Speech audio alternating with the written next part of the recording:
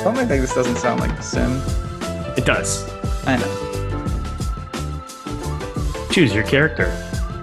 Yeah, that's right. What's up, everybody? It is that time once again. PGA DFS live before lock here at Awesemo. We are breaking down the American Express. We got a lot to get to, but to do that, of course, I'm joined, as I always am, by Eric Lindquist. My man, we are on the mainland for the first time here. We had a 2 week stay in Hawaii. I'm sure that was nice. I was worried about the tsunami. Apparently, that wasn't a huge deal for the tournament. We get to California. We get some weird variables, but we get to talk some golf, and that's the most important thing. Yeah, I'm excited to talk golf. I'm excited to talk golf courses I'm very familiar with because I've played pretty much everything out in La Quinta a bunch. 2 hours, 15 minutes from here where I live at in LA.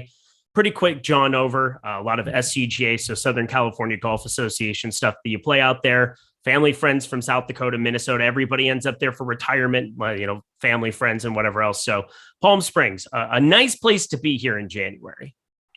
No doubt. And again, we start to get some of the where it's not the strongest field in the world, and we're going to talk about why in a little bit. But we do get Rahm here and Cantlay amongst others. So that is exciting to see. But let's talk a little about what we saw last week at the Sony Open. And we had a come from behind victory on the back nine with Hideki.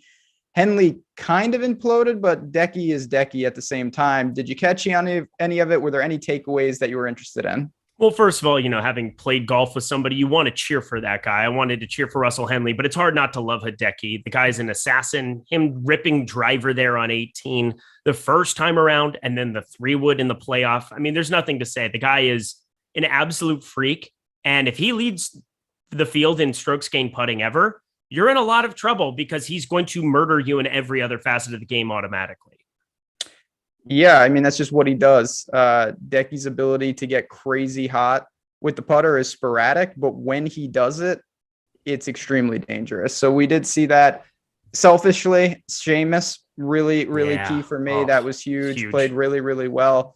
And then mega selfishly, Russell Knox top 10. We did hit that. That was a hot take. It is on the board. 1 for 2 to start the year. But other than that, honestly, I don't take a lot into what we've seen. Guys who haven't been playing well, guys who maybe missed the cut, hint, Sunjay. I'm okay with going right back to them, and we're going to talk about why tonight, actually. What do you think? Anything else from Sony? Anything else from Sony? Not really. I mean, it helps if you've seen a little bit of form from some of the guys who are coming back over, but I mean, what are we going to do? Discount Rahm, who took a week off from the Sony Open? I don't know what to tell you. It's like there are two very clear-cut golfers that we're going to start talking about. There's a reason that they come in with the most rostership here on this slate, but I think it's a very fascinating tournament in a lot of regards because there's very feast or famine elements to playing PGA West, and then obviously looking to everybody's going to murder that and so on and so forth. But I'm looking at this entire field is something where the mid-range from a betting perspective is going to be where I live at. And then just trying to figure out how to get different from the field with some of these Rahm Cantlay builds. I mean, for me, it really comes down to doing a lot of that. And some of the guys that kind of what we've seen in recent form, I don't think it completely hurts. There's a lot of guys that, are making their debuts out here. And I'm just kind of looking at their falls. One guy in particular that I'm curious if you're going to be there with me. I'm taking more from their recent short-term form than just one tournament over in Hawaii. I'm with you. I mean, these are the best players in the world, so I'm not going to overreact to anything again. And obviously, pricing is dependent. We're going to talk about that. And to do that, we also want to mention our sponsors, Yahoo. If you have not been over there, we've talked about it a ton already, but you guys want to make the trip to their lobby, different type of contests, some big-time pools. They obviously have PGA in addition to the NFL and the NBA. And we also have an exclusive deal that gets you a free month of Awesemo Plus Platinum if you sign up over there. You got to use that link in the description, but there's no reason not to explore Yahoo. It's on the screen. You see it right there. They've been great. I know, Eric, that you play over there. I've been playing more over there. Just some different type of contests. There you go. Get 1 free month of Awesemo Plus Platinum with the first time deposit and paid contest entry. It is a great way to build the bankroll, and they have some very soft golf pricing, a large majority of players at the min over there, so you can build some crazy stars and scrubs lineups. Yeah, it's so much fun to play on Yahoo in every sport. And I'm talking, if you've been alone, I did an NFL show this morning, NBA this afternoon, golf tonight, having the opportunity to play multiple sports and multiple sites using the tools we have here at Awesemo to help you be profitable. I basically just sit in this chair all day now. I gotta get up to go get food once in a while, pick up DoorDash. By the way, I just need to order that here while we're on the stream here as well. But either way, Yahoo, I'm telling you, lowest rate you're going to find, it's about 10 to 12% for every contest. And when you're playing as much volume, or when you're playing multiple sports, multiple contests, which, I see a lot of the regulars in here in chat, this is the best site you can possibly be getting on to play golf. And they've got like 4K up there. They're kind of testing the waters to see who's going to be playing. And it's been filling really, really early on here. We want to get that up to like a 10K to first, to 20K to first we had for the opening event. Like, that's kind of what we're looking at. We don't want to just have it be majors over there. So head over to Yahoo for that $20 contest here. It's a 12.3% management fee. So that's about 4% better than you're going to find on any contest on DraftKings or FanDuel this week. Let's dive into it a little bit. We go to weather, we go to withdrawals, and we're going to get into the format. We're going to get into the courses. Don't worry about it. I don't see a ton on the withdraw front. Do you? Is there anything that we have to worry about there? I think we're in the clear. Yep, we're in the clear. I think we're ready to fire it up. Nothing that I'm seeing here. Obviously, whenever Jason Day exists, you just got to know in the back of your mind Jason Day exists and wake up. Wake up. Make sure it's 8:40 lock time. So that's for, make believe time out here. But just be hyper alert there on the East Coast. Wake up early, check your lineups. In the weather, now this is a little tricky. It looks like from what I've seen that it's going to be okay, but now we start to get into it. This is a unique tournament. It is a 3-course rotation. So guys will be playing in different courses at the same time. Do you change anything from that? I know we're going to talk about it extensively, but just from the weather standpoint, do you think it can make that big of impact? Obviously, certain courses at certain times on certain days could be a little better or worse. So you really got to be digging. And this is kind of, again, this is kind of where I'm at. The PGA, the stadium course, obviously, PGA West is the one that you need to be hyper aware of when people are playing there. The other golf courses are gettable, even if it's windy. Like La Quinta Country Club's a joke. I love playing there. Don't get me wrong. It's one of the most beautiful, most well-pristine golf courses I've ever played. But there's a reason it's got the lowest stroke average on tour year in, year out. So La Quinta Country Club, that's definitely going to be something to keep in mind. But stadium course can be feast or famine. They've got some par threes that are not enjoyable par threes to be playing at. Kind of taking some small digs. This is something that you can kind of adjust in your models. Everybody's got something that they're working with a little bit. For me, when you're playing PGA West, if you can kind of find the right pockets of weather, kind of having some morning times, avoiding some of the weather there, I think that's really going to kind of be the key for really, it's more of when to avoid PGA West than what it is to do with any of the other 2 golf courses. Would you agree with that? I would. I don't think it's a huge deal. I do think that we talk all the time about correlated lineups. I do think there's a merit to grouping some of your teams together. And what I mean by that is you have the majority of your players playing the same courses on the same days, and you hope that they get the best of it for whatever reason. Maybe it's random. Maybe you see something there. But in terms of these courses, let's talk about them. Some of it does translate over all 3. Do you just look at the course that they will be playing twice in terms of how you break it down? Or do you look at all the courses? Do you say they're par 72, so you want par 5 scoring? What do you do in an event? Again, I want to just make this clear for people. This is not normal. You play 3 days. The cut is after Saturday, and it's also a pro-am. We're going to get into that, but there are 3 courses that these guys will be seeing. Yeah, it's for me just kind of looking overall performance, strokes gained approach. I mean, that's always going to be something. Par 5 scoring, that's always going to be something out here as well. You just kind of got to give it a little boost up. At least that's kind of what I'm hoping. I'm actually hoping terrible putters succeed this week is probably the right way to put it, because you're playing golf in a globe for the most part. As you said, whether it looks like it's going to be pretty decent here. I'm not panicked about anything. Or is there any kind of pocket of weather that you're looking at specifically that might make a difference for you? No, not really, to be honest. Yeah, I don't see it either. So for me, finding some guys that maybe tee off a little bit earlier so you don't have to play up with some wind at PGA West. The other 2 golf courses, I'm just throwing it out there, are very, very simple, very, very straightforward. They're going to rip those apart. So you want guys who just make a ton of birdies, and it's going to be overall form. PGA West, if you're not on it, you can definitely have some issues, but on the whole, these guys are going to be making tons of birdies. Par 5 scoring, strokes gained approach. And then once again, as I said, I'm hoping that bad putters can win the day. Yeah. So of course, with the Saturday cut, the cut line is going to be like 8 under. It's going to be very low. You have to score. You need streaks. You need bonuses. I'm with you. I think par 5 scoring is really, really important. Obviously, the approach game is always important.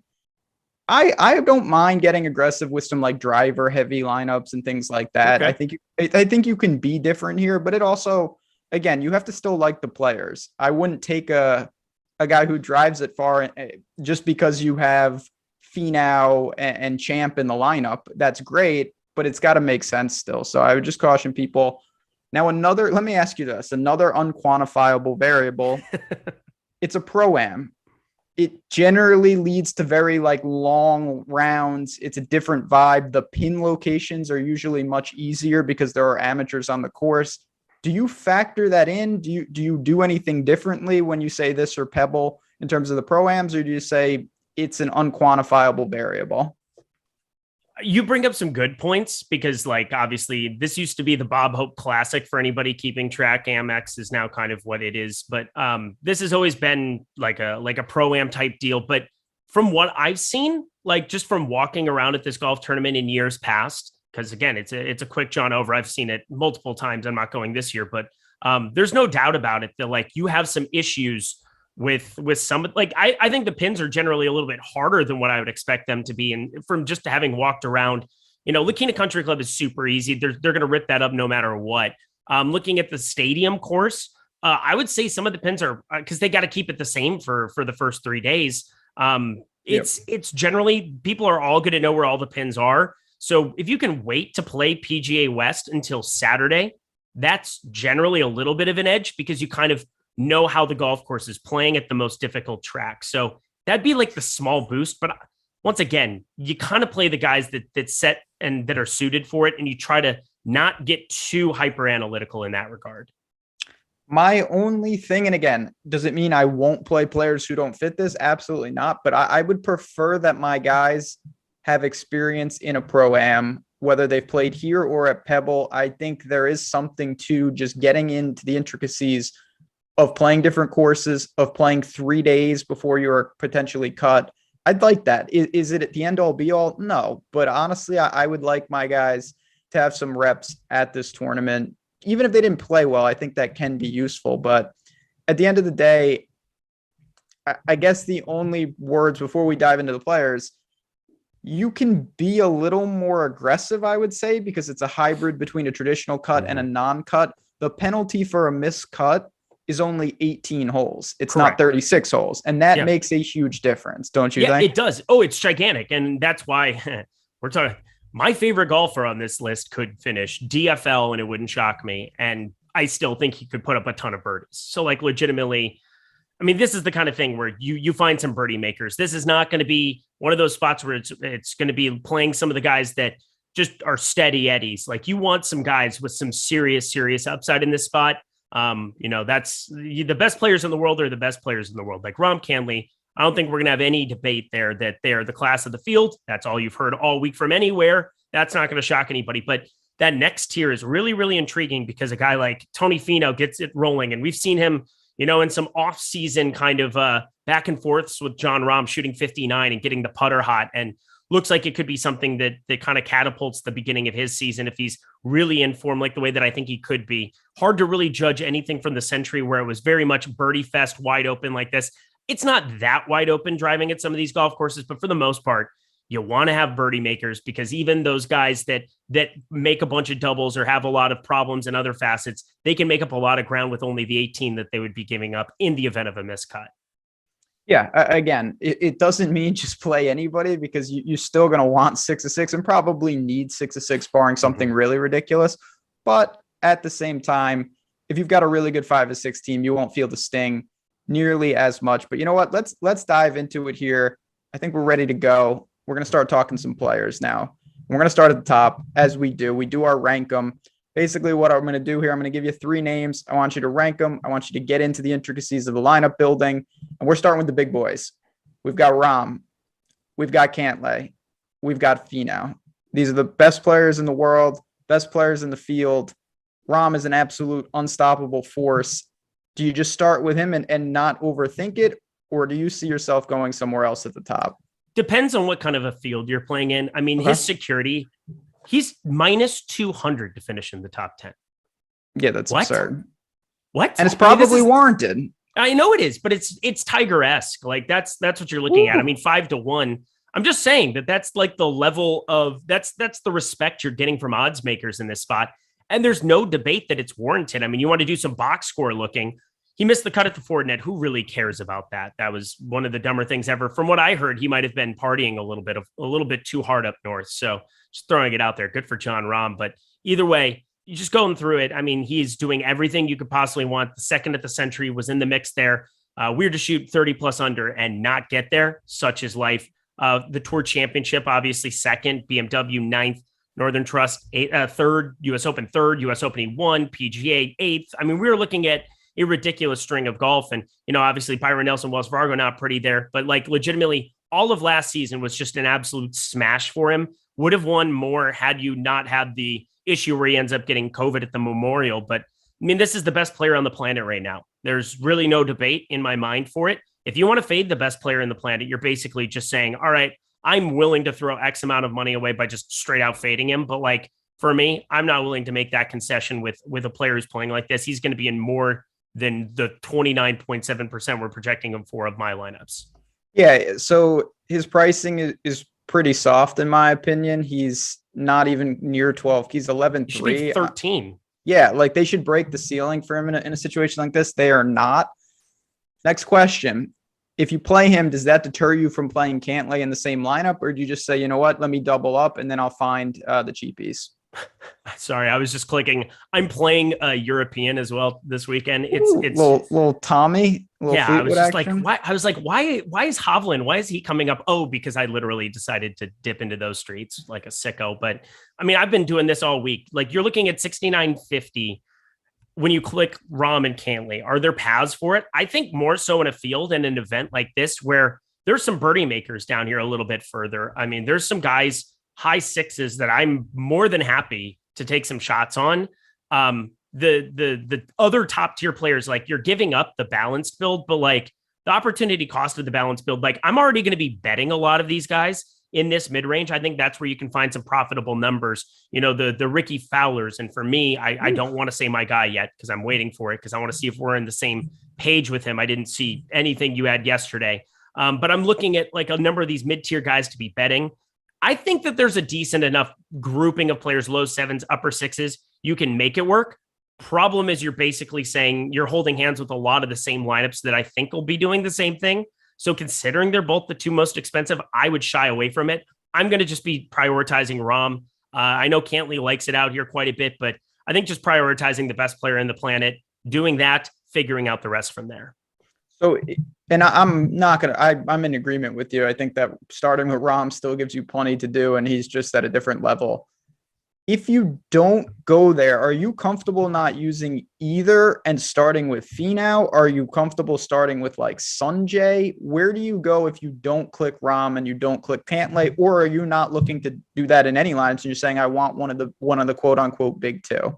I think Sungjae makes some sense on this golf course. Again, he's coming off of a brutal missed cut there at the Sony. I had a really, really nice 5 of 6 lineup where he was the obvious problem in that one. That was my only Henley and Hideki lineup. And I just went 3 just complete stars and scrubs. And somehow one of the stars ends up being the guy that ended up omitting it. And I had a bunch of low 6K guys that went nuts. So it's like, that was frustrating. But I think that there's a path here. 9,900 now coming down from the 10-3 we're looking at here for him. I'm looking at a path where I think Sungjae could have a pretty nice bounce back week here. He checks a lot of boxes, just a well-rounded golfer in this spot. And I think if we're going to be looking at DK points in this field, third over the course of the last 50 rounds, I'm more willing to look at his recent form as opposed to looking at anything else that has to do with one event there in the Sony Open. If you throw that out the window, I mean, he had a really nice end of last season, played well at the Century. I'm just kind of writing off the Sony Open for him. I bet him here 22-1. Oh, I think it's a really good bounce back spot. He just didn't have it. He lost with the putter. He lost with the irons. The thing I like about Sungjae, I looked back at his big results. He won at the Shriners. The week before, he was 31st at Sanderson Farms. Not great. He was second at the Masters. The week before, he was 50th at the Houston Open. He won at Honda. The tournament before, 29th in a WGC. It's not like this guy has to have incremental good form to pop. He can come off a miscut. He can come off a middling finish and turn it around very, very quickly. People are not looking to go right back to him. I think Sanjay makes a lot of sense as your first man in or as the pairing with Rahm or Cantlay. So I like him quite a bit this week. All right. Well, there you go. I like him. Finau can obviously go out. And I think I'm going to be over 10.8% on him as well, especially if I'm going to be a little bit lower on Cantlay. You can't play everybody on the top end. No. But Jon Rahm, as you said, he is underpriced at 11.3. And I'm just prioritizing him above all else. Cantlay, I love the man. I just can't do it over Rahm this week. I mean, again, Rahm's looking at some of our tools. We have our top 6 percentage. We've got our other metrics that Alex and the team have developed. And Rahm is in just a different category than everyone. And that includes Cantlay. He stands out amongst everyone in this field. So I get it. It's still golf and you're always going to have those opportunities, but I would not shy away from him. But let's work down a little bit here. There's some other wild cards, particularly in the low 9. So I want you to rank them for me. Wolf, is around the green game and putter, were on fire to close last time we saw him. Answer, who's had probably the worst start of anybody to the 2022 season, just hasn't been good. And then guys like, I put Tringale in there, but you've got Will Z as well. Just the rest of that range. What do you do there?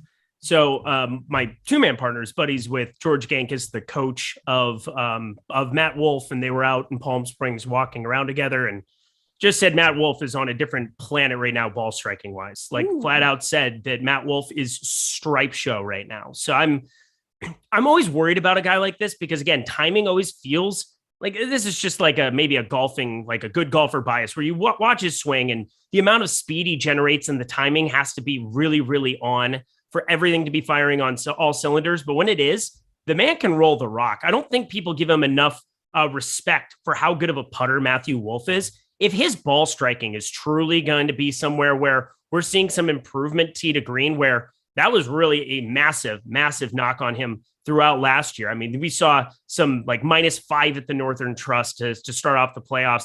Saw some bounce back there in Sanderson Farms. He lost a shot off the tee at the Shriners, but his strokes gain approach has been a little bit better until the Houston Open, where around the green and putting wise, I mean, he just has that upside coming from all the way back to college. He won the NCAAs individually. We've seen it in the pros from time to time in Minneapolis. He spikes a W there. I'm willing to roll with quite a bit of Matt Wolff this week, back in Southern California, back on some golf courses I think he has some familiarity with. Maybe not gone out and like competed there as much as you'd want to see from a PGA Tour perspective, but he's young and he's talented. There's no doubt that he's going to just kind of, if he's got the timing down with everything ball striking wise, I have no question that he's one of the best guys around the green that I want to be invested in long term. So Wolff is the type of guy, I actually feel pretty comfortable with where he's at. To me, he's the type of player, he's going to have a handful of tournaments every year where he doesn't have it. He's going to miss cuts that he shouldn't. He's not going to be in contention. And he's going to have a couple tournaments where he just no matter where it is, maybe it's at a major, maybe it's here, where he just blows people away. And we've seen that. He has a gear that few do. He's an elite scorer. He can do it in a multitude of ways. He's at times an elite driver of the ball. At times it's the irons. Lately, it's just been ridiculous around the green and putting. When he puts it together, it reminds me of Fratelli at a much more advanced level. When it's everything is there. Rarely does it connect. When it does, it wins. When nothing connects, he misses cuts that he shouldn't. I think he's a really live winner, but he's also one of the more dangerous plays. So I certainly like him. I think he could win this tournament very easily, and I'm definitely playing him. But you do want to realize I don't think he's cash viable per se. I do worry about the missed cut. But talk about Answer, because again, he got off to a slow start. I'm not alarmed by any stretch, but at the same time, he has not putted at all, and maybe that continues here in California. Yeah, I don't really know what to say with Answer because he always grades out really, really well for me. I obviously have more of an emphasis on these scoring events, which is strokes gain approach. You got to hit the ball close. You got to make putts. You got to do all of that well. Just really has not shown any form around the greens either. And I feel like that's something that might go a little bit overlooked here as well. Yeah, Abraham Answer, just not somebody that I'm going to probably be getting to. I'm not overreacting to his Sony Open. He's shown he has a little bit of prowess in some of these events where he could just go deep. And, I don't want to call this a tactician type layout the way that, we've seen for him out of like the RBC Heritage, where I think he's played pretty well in the past. St. Jude. I don't really find myself landing there a whole heck of a lot. Not like the most intriguing. I think you could go really, really deep in this spot type player. Putter's really been out of form. I will say, friend of the show and certainly a sharp golf guy, Tokyo Swan in chat is adamant that Answer belongs in the 7K range and that he was just playing over his head last year. We're going to find out, because Answer is one of those guys. He's either going to get it together or he is wildly overpriced. Yes. I tend to think that he's going to get it together, but there's no doubt if that's the stance you want to take, he's a fantastic fade early in the season. He's still pushing north of 15% ownership. He's a guy that's going to continue to drop in pricing if he plays like this. And you've got Wolf, you've got Henley, Connors is right there, Seamus, Gooch. There's a lot of names in this range that you can pivot to. But one guy, last guy, Will Z kind of ran out of steam late. We saw him during the swing season. He didn't really have it. Is it a hard reset and he comes back firing, or do you want to see something before you play him? I want to see something before I play him. I can't do Will Z. I was very, very adamant about not playing him coming off of the Masters, and that could not have possibly gone well. One of the few things that's gone like legitimately, well, Sam Burns, I'm not going to completely bitch and moan over here. I'd say that one went pretty well over the fall and made some nice money betting him. But from a DFS perspective, it's just kind of, I feel like one of the easier fades. I think there are guys that I'm just making hard, like 0% stances against this week. I'm not playing my normal 150. I'm going to be playing a lot of like 20 max, playing some higher stakes stuff just for like 3 max. And I find myself getting away from guys like that. I just don't really feel a need to take that shot. Yeah, I'm with you. You can't play everyone. Simple as that. You just simply cannot. I do want to say, as we move down, though, you guys know this, but the season is just getting started. We have some fantastic deals. If you want to get in the ropes, you want to sign up for Awesemo Plus, we've got a code PGA Live before lock. And this is going to save you guys some money. It's going to get you money off the Platinum Pass. You're obviously going to get in there, get inside the ropes, and the tools, all the data that me and Eric and the whole team use. It's a fantastic way to do it. Obviously, the season is just getting started. So new members, you can get 25% off your first week of Awesemo Plus Platinum with that code on your screen. You come on in, you save some money, and you see what we're doing. You hop in Discord, and you get access to some of these things. If it makes your process better and you want to stick with it, that would be awesome. If you say, you know what, I that wasn't for me, well, you signed up, you saw what we have, and maybe you come back in the future. But it's a great time to do it. We've obviously got a ton of sports going on, NFL playoffs, NBA, and PGA is just getting started. So I hope to see you guys in there. And if you do, hop in Discord, say what's up to us. You'll see the betting channels where I'm mostly lurking. But let's get into some of these guys that are probably going to be either your third or even your second man in, depending on how balanced that you go. And I'm talking, that next range. It's the range with guys like Ricky, guys like Rose, guys like Norin, people like that. What do you do with that? I know I'm kind of throwing a curveball at you because the sevens are there as well, but I want to quickly talk about this 8K range with Ricky Fowler, with Justin Rose, with Alex Norin. What do you do there? My favorite play is in the 8K range for this entire week. Can you guess who it is? You have not said his name yet. Patrick Reed. No. I'm taking one more shot at it. Okay. Siwoo Kim. I love Siwoo Kim. I bet Siwoo Kim. So 60-1. I like Siwoo in this spot, but my favorite play is Luke List at 8K. I'm getting to an irrational amount of Luke List. I don't think people know how good a form this guy was in coming out at the tail end of last year. And I have a couple of just points with Luke List that I think are going slept on. So he's right around 10%, 11% ownership. He's kind of been there the entire time. He is notorious for being one of the best tee to green players on planet Earth, always has been. And we were talking about 8.6, 13.2, 8.9. Those are 4 of his last 5 that we've had Shot Tracker for. I'm looking at his strokes gain around the green. This guy has been abysmal for a long time around the greens and obviously with the putter. But at the tail end of last season, 7th at Zozo, missed the cut at the Mayakoba. Who really cares? That was kind of a fluky whatever. Houston Open 11th, 10th at the RSM. We're looking at him striping the ball per usual, has literally not lost strokes off the tee or just in general off the tee or approach since the Palmetto back in June. So like we're talking about elite world-class ball striker. But now we're seeing some really positive signs in his strokes gain around the green, going back to like August and July of last season with the John Deere, the Barbasol. And then it's translated into that tail end of the fall season. Houston Open, 5.7 strokes gain around the green, 1.7 at the RSM. With guys like this, when they putt flat, they're going to start winning. Like he's going to flip this putter and you're just going to kind of need to be there. I want to take shots on him in a weaker field event. He's just kind of shown the prowess for it. I'm in love with him 10-1 at a top 10. I'm absolutely in love with him for DFS purposes at 8K. I think he could be a major, major difference maker in an event. We know he can absolutely bomb it.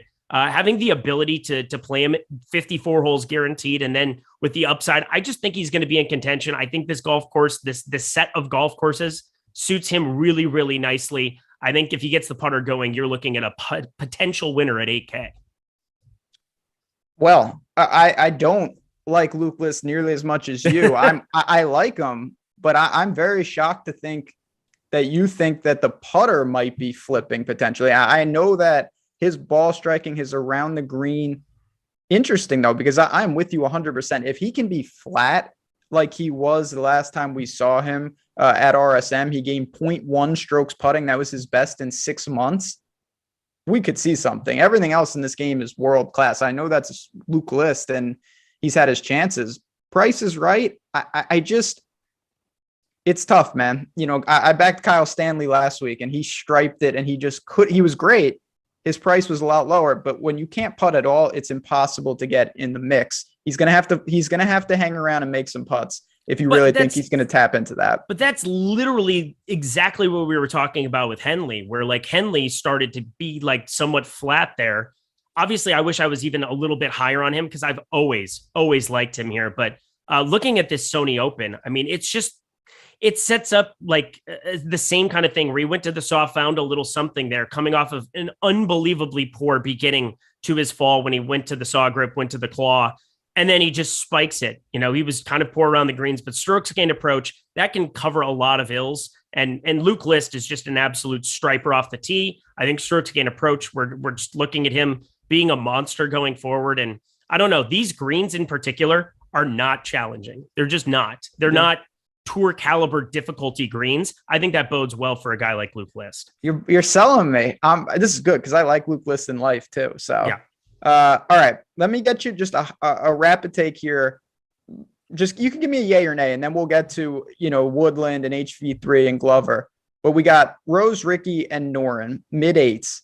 Do you want to go dead zone and get away from them, or do you have one? If you had to, who would you play of the three? Which are the three? Say it one more time. Rose, Ricky, or Noren? Rose, Ricky, Noren. I like Ricky the most by far. Okay. I think Ricky. Oh, you do? Okay. Ricky Fowler is a guy. Actually, he's the one guy I did see her take on because we have the betting article, which you guys all need to check out. I wrote up Luke List. You wrote up Ricky Fowler. That's the one thing I know about your takes for the week. But legitimately, Ricky Fowler, I just think that he's somebody that seeing a whisper of life out of the CJ Cup, just anything where he's in the mix there. These events, I mean, these are going to be high octane events for a guy like Ricky, who is on the fringe just as we're not talking about him being a world-class player anymore. That's not the argument we're making. But does he have the potential with the putter to spike world-class form from time to time? I think he still does. Top 10 at the PGA last season, third at the CJ Cup. I mean, nothing has been that exciting from him outside of that whatsoever. I guess 11th in Memorials, but whatever. The putter's been so back and forth where it's the same argument. I think that from a ball striking perspective, I think we've seen some market improvement in some certain things from the fall season. I'm hoping that translates, but you need to be early on a guy like this because the second that he shows it, and I'm kind of taking and cherry picking my approaches because I just said, that you got to kind of wait and see with Will Zalatoris. Well, you can't wait and see with Ricky because Ricky's actually shown some signs of life. 12.3%. I think 8,500. I'm finding myself getting to Rahm and like two guys from the 8K range. And that's really kind of been a majority of my favorite builds. And he's one of those guys. I don't think there's anything to wait for with Ricky. I don't think he's ever going to return to consistently like amongst the best. I think Yeah. he's going to be sporadic.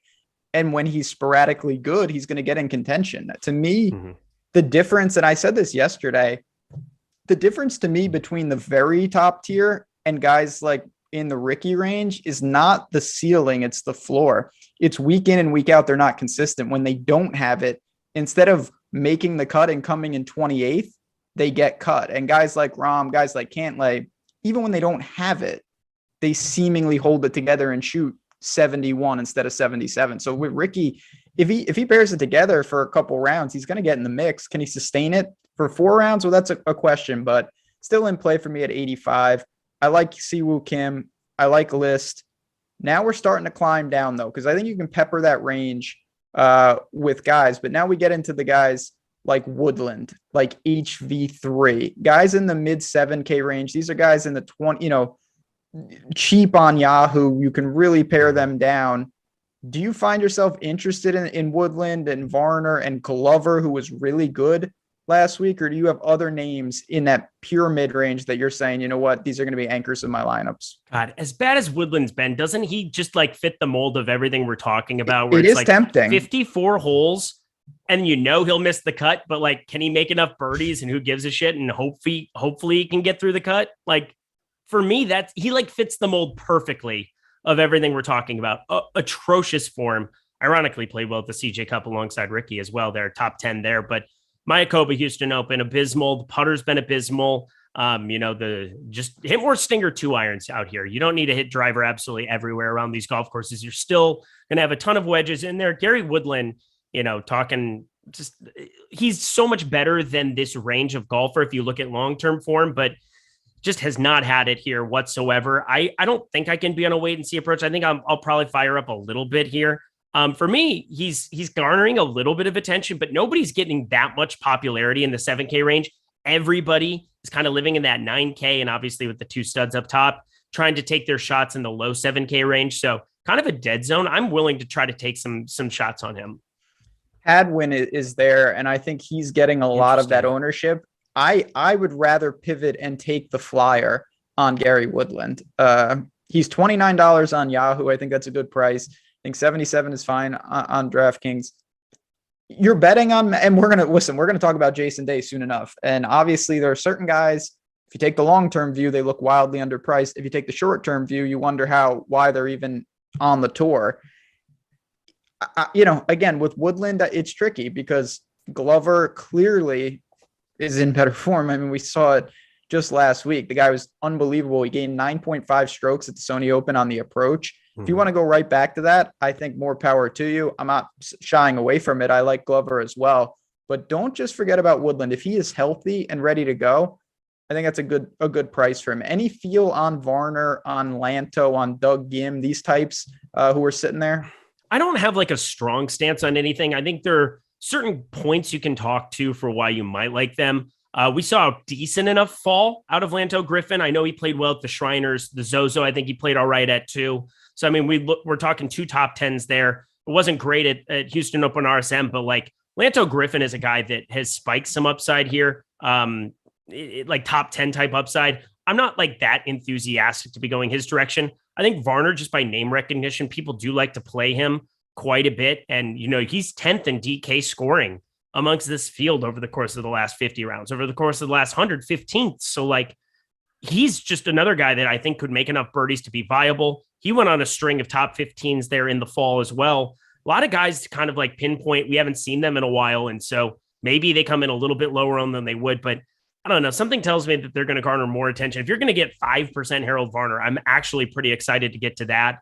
But, Lucas Glover played well. I think he gets steamed up a little bit. And, a guy like Lanto Griffin, I think there's certain talking points. Sebastian Munoz getting the most rostership out of everything. I mean, that guy is going to win golf tournaments going forward. He really is feast or famine in a lot of ways as well. But just because he's popular, I think I'd rather go to other people in the range, but I don't have a strong stance on anybody. I think it's a pretty target-rich environment, but one that doesn't have distinct priorities. So ownership will be important. If I can get over on more guys with, playing 12, 15%, that's great. I wouldn't devote any major shares to anyone here. I don't feel super confident with the range.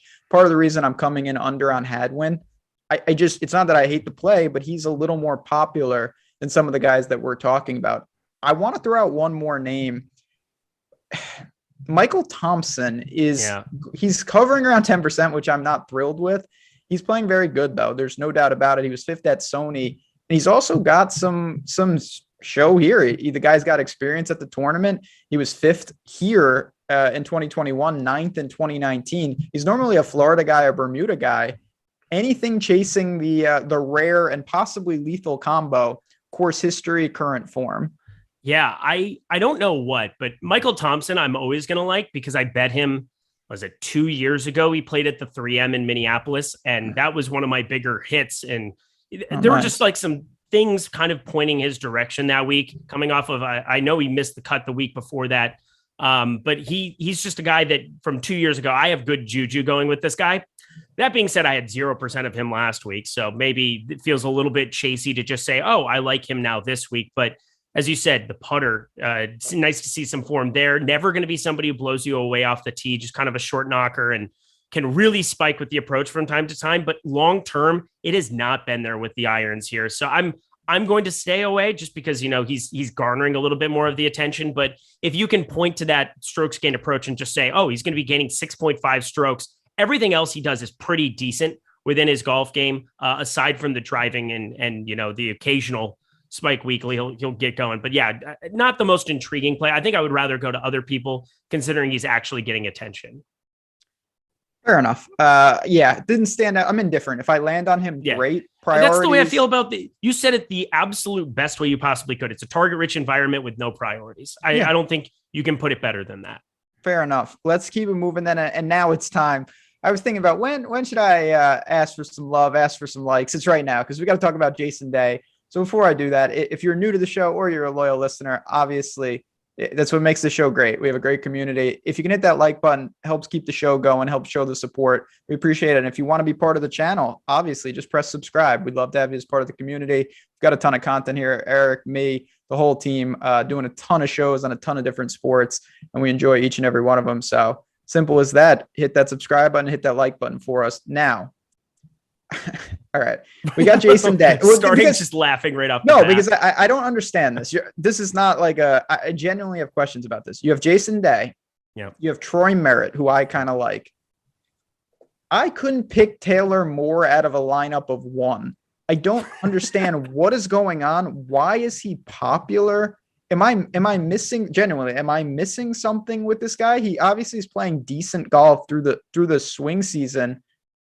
But why is Taylor Moore garnering such interest? Because I certainly don't have it, and maybe that's a leak right now. I don't have it either. I'm with you. It was one of the more jarring things. You kind of like, for me, I started my research today because it was a busy week and up until then, and started kind of digesting some stuff. And I started seeing Taylor Moore's name being floated around, and then I pull up Fantasy Cruncher, and it's like, oh my dear God, like what are we doing here? And it really just comes down to when somebody dominates on the nationwide tour, when somebody dominates on the web.com, whatever you want to call it here at this point in time, like legitimately they get jammed early on. And I like going to the guys who are a little bit slept on, as Steven Yeager. That's gone well for me. But like, there are these guys that I just can't even, but like, there are these guys who just string together top tens, and we kind of expect everybody to be Scotty Scheffler coming out of the gate. Legitimately, he had the one finish at the RSM, very last tournament of last season.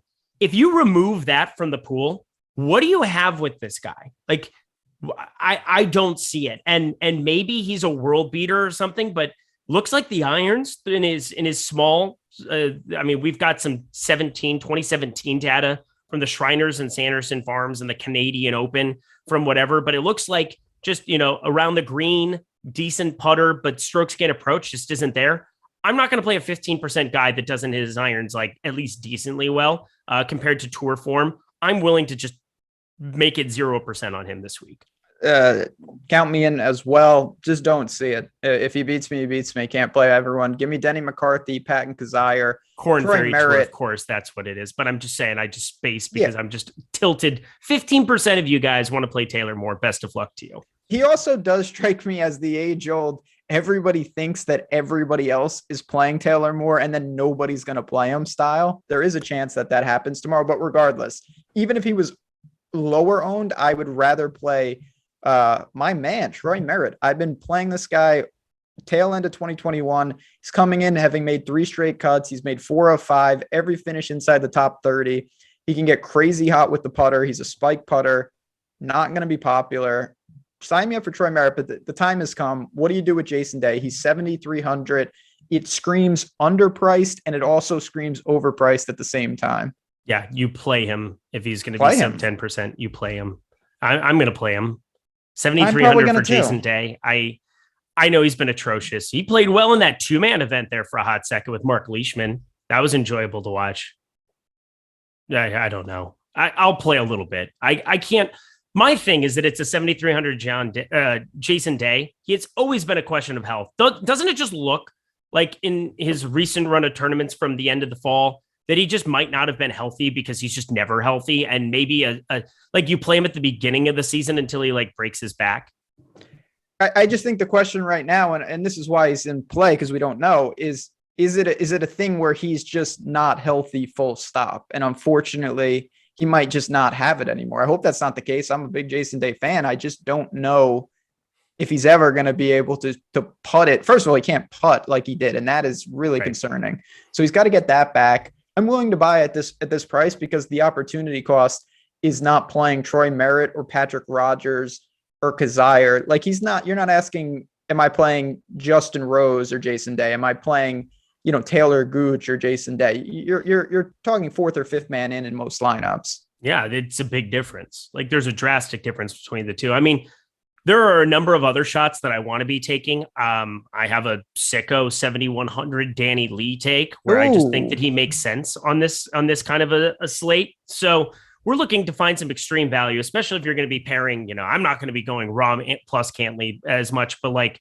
coming off of the fall, we saw some 2 really nice finishes before a miscut at the RSM, 2nd in Bermuda, 7th at the Mayakoba, weak field events. Obviously you have your 2 studs here, but I don't need him to win a golf tournament. I don't need him to finish top 5, even top 10 in some regards. Like he's got that kind of upside though. And it looks like it's starting to flash a little bit with Danny Lee. He's been somebody who's treated me well a little bit in the past. And, you're looking straight down the barrel of a miscut with a number of these guys in the low 7s. I'm at least willing to see some of the upside that he has. He could go out and win you a tournament at 7,100 if he shows anything remotely close to the form he had at the end of the fall. Danny Lee is one of the more high octane boom bust type guys. When you get him right, you get paid off. Usually don't get him right. That comes with the nature of why you get him at such low ownership. All right, let's get to the cheapies. Because if we play Rahm like we want to, I really like Wolf and Sanjay and some of those guys, we're going to have to find some sub 7K. Now you could take these shots, you get 54 holes. We've got Hardy, who didn't really get it done last week. I thought he was pretty close, just couldn't get there. Davis Riley is down there. Thigala is down there. A lot of these type of players. Do you have a favorite of them, those 3, and anyone else that you're looking to save salary with?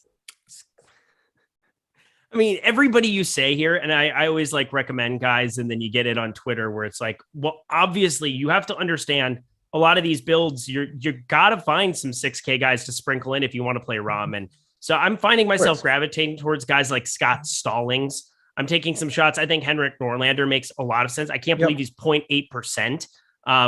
That seems kind of wrong. A guy who's definitely flashed some upside, can get crazy hot with a putter from time to time, played well in California out in Torrey Pines. I know last season, there are times where we've seen some upside out of him. I'm happy to take that dart in the high 6s. Thigala, I don't know. I've never done that before, but he's 6,700. And obviously he has the college pedigree. No doubt about it. College player of the year at Pepperdine. And we've talked about him a number of times here on this show. Did not really talk about him that much last week, but ended up making the cut. He was serviceable, top 50, whatever. Just kind of meh. But you're looking to mix these guys in, and you want Rahm to just go out and beat the world. And you're just trying to sprinkle a number of these guys into lineups. No crazy hot takes. All I know is that I'm not going to play an 8.9% Davis Riley. I can tell you that. I am upset about that potential ownership because for the 6K range, that might as well be chalk. I do like Davis Riley this week, and I will be playing him. I'm just not sure exactly how much leverage. I thought I was going to get 2.5x on 10%. If I play 10%, that's basically a wash. So that's a little frustrating. Deagala, I'm not going near. I don't really understand what happened last week. He lost 4 strokes off the tee and 4 strokes on the approach, but he just somehow gained all those strokes back with his short game. I want to bring up one name, actually 2 names at the same price. Joseph Bramlett, who is striking it really well. If we just take the Sony Open, that broke a miscut streak of 5, but he gained 5.8 strokes tee to green, just couldn't putt, and he still came in 20th. And then there is a name that I'm not super familiar with. Chat brought him up last week, and is Andrew Novak. And the more I looked into this guy, he played awful on Thursday. He shot 64 on Friday, still wasn't good enough to get in the cut for the Sony Open. Before that, he has made 3 or 4 cuts. If you're looking for a true sub 1%er, Andrew Novak, not a bad name. Yeah, I think I like Bramlett a little bit more at the exact same number. I mean, there's at least things that he can do on a golf course. And we've talked about this in some of these weaker field events as well. Things that they can do at a generally elite level. And from what it looks like, Bramlett is just a guy off the tee and approach that he can kind of get it done. Novak across the board, decent. Nothing that's really knocking me over with that. Coming off of a miscut at the Sony, he was all right in the fall. I think I'll just wait with him. I don't really find him to be a necessary guy to take shots on, but Joseph Bramlett, I'm more inclined to be taking that shot. I'll of course play some Ryan Moore here and there, just because, what else am I going to do? He's great tee to green, ball striking. Putter is just the dumbest thing on the planet. I had him circled in my bad putters club, which I'm going to be starting this week. So if you want to join me, play a lot of Luke List and Ryan Moore with me. Wes Bryan. Okay. Friend of the show. Justin's been saying it, said it last week, said it this week. I don't think it's crazy. I don't think it's the best course, with the par 5s and whatnot. Yeah. But Wes Bryan, when he's healthy and maybe he's coming back, he's not a 6K golfer. He's just not. So I don't mind trying to experiment with guys like that. But as we always talk about, you're doing that so you can unlock extreme permutations at the top. You don't do it just to do it unless you really think that these guys are competing. I don't. I think that they open up the guys that are going to grab those placement points. So keep that in mind as you build. All right. You mentioned a couple. What do you got on the betting card? Because I got a couple matchups that I like. Obviously, I bet Sanjay. I think Wolf is a decent outright as well. Anything before I dive in? Yeah, so Ricky Fowler was 60-1. He's 50-1 now, it looks like. I don't want to probably be investing that number. You want to get in early on the week for a lot of these guys, because it really flattens out pretty darn quickly as you get towards the tail end of the week. But 30-1, Matt Wolf, 28-1. I'm looking at him right now. I'm okay starting the card in that range. Again, I'm not looking to go any shorter than that. You've got Rahm and Cantley that can really just ruin your outright life this week. So for me, I'm just taking some of these longer shots and trying to kind of sprinkle. Si Woo is 50-1. I clicked on that. 60-1 Ricky Fowler earlier in the week, and Luke List 65-1 along with an each way. I really like Luke List. I'm kind of just make or breaking my week with him. I mean, I've probably had many weeks broken with Luke List, so strength and honor. I'm going to give you one matchup. Denny McCarthy -120 over Tom Hoagie. I just think that the way this guy putts, he did it on Friday. I think his ball striking has been good enough where he's not solely relying on that. And you know what? Tom Hoagie at times gets crazy hot with his irons and whatnot. His around the green game has been better recently. It's been a pain point. Usually he's not the best putter. He missed the cut at Sony. I just simply think that right now Denny McCarthy's just in a little better form. I'm getting basically a toss-up. I will lay the -120 with him. So keep an eye on that. And again, if you're looking for golf takes, betting takes, Odd Shopper YouTube channel, it's the place to be. Find it, join it. You're going to see me, Eric, everyone there. We are doing a ton of content on the betting show, on the betting odds, and certainly with Odd Shopper as the resource. Now, we talked about, as we got a couple minutes left before we give our hot takes, you mentioned you're going to be starting with Rahm. Is your goal to land in the mid-range at the end? Is your goal to go stars and scrubs? I mean, on Yahoo, you can take $20 players because there's so many of them. On DraftKings, it's not that easy to find guys at the min. So what do you think? I know you're building some lineups throughout. How do you see that process going?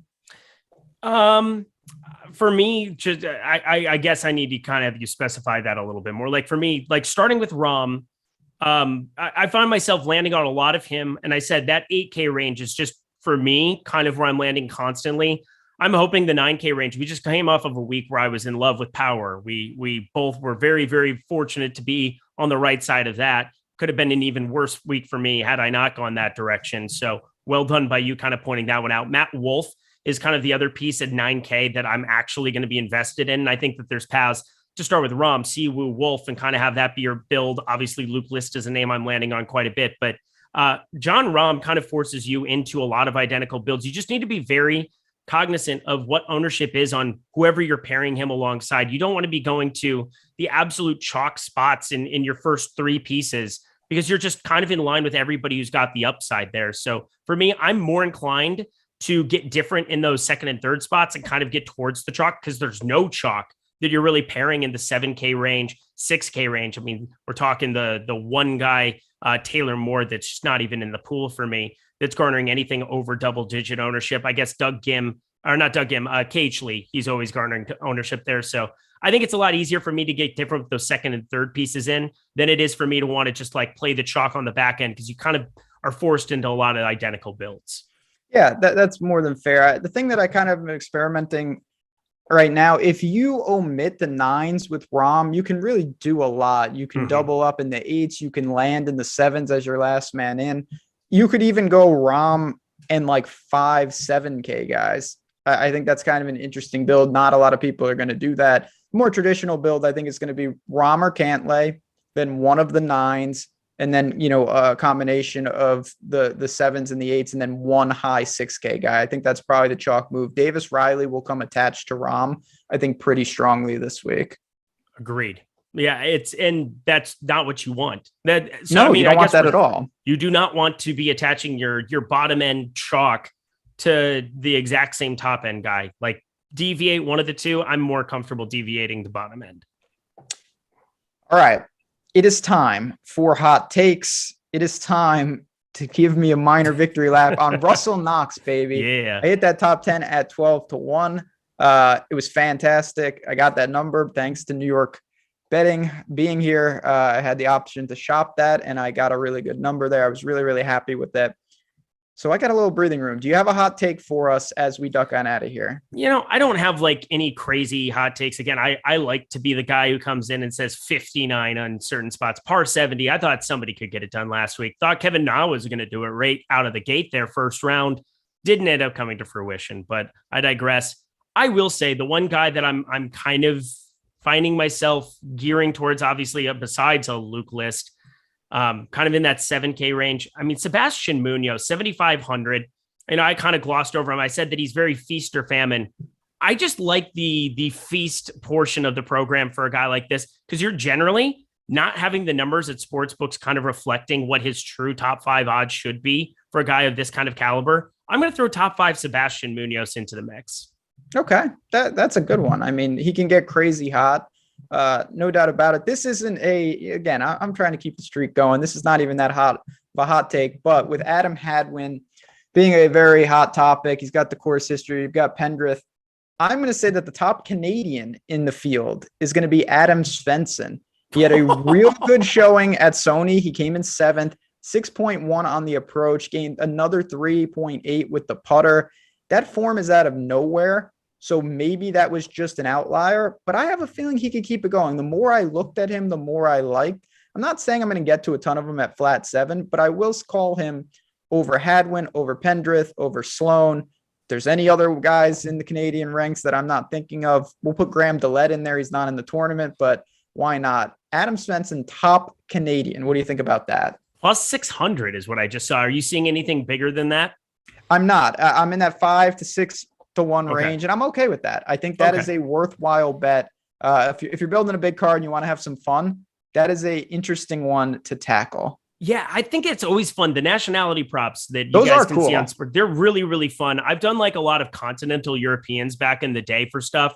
I was kind of going through them a little bit today, but Swedish was kind of the one that I landed on, even just looking at him. Henrik Norlander. You basically have three guys: Alex Noren, Norlander, and Blix. You're getting minus 220 Alex Noren. No, thank you. Henrik Norlander, almost 2-1 on that. I think that's pretty serviceable. You're basically finding an increased way because Jonas Blix, that sure ain't going to happen. Famous last words. What a way to end it.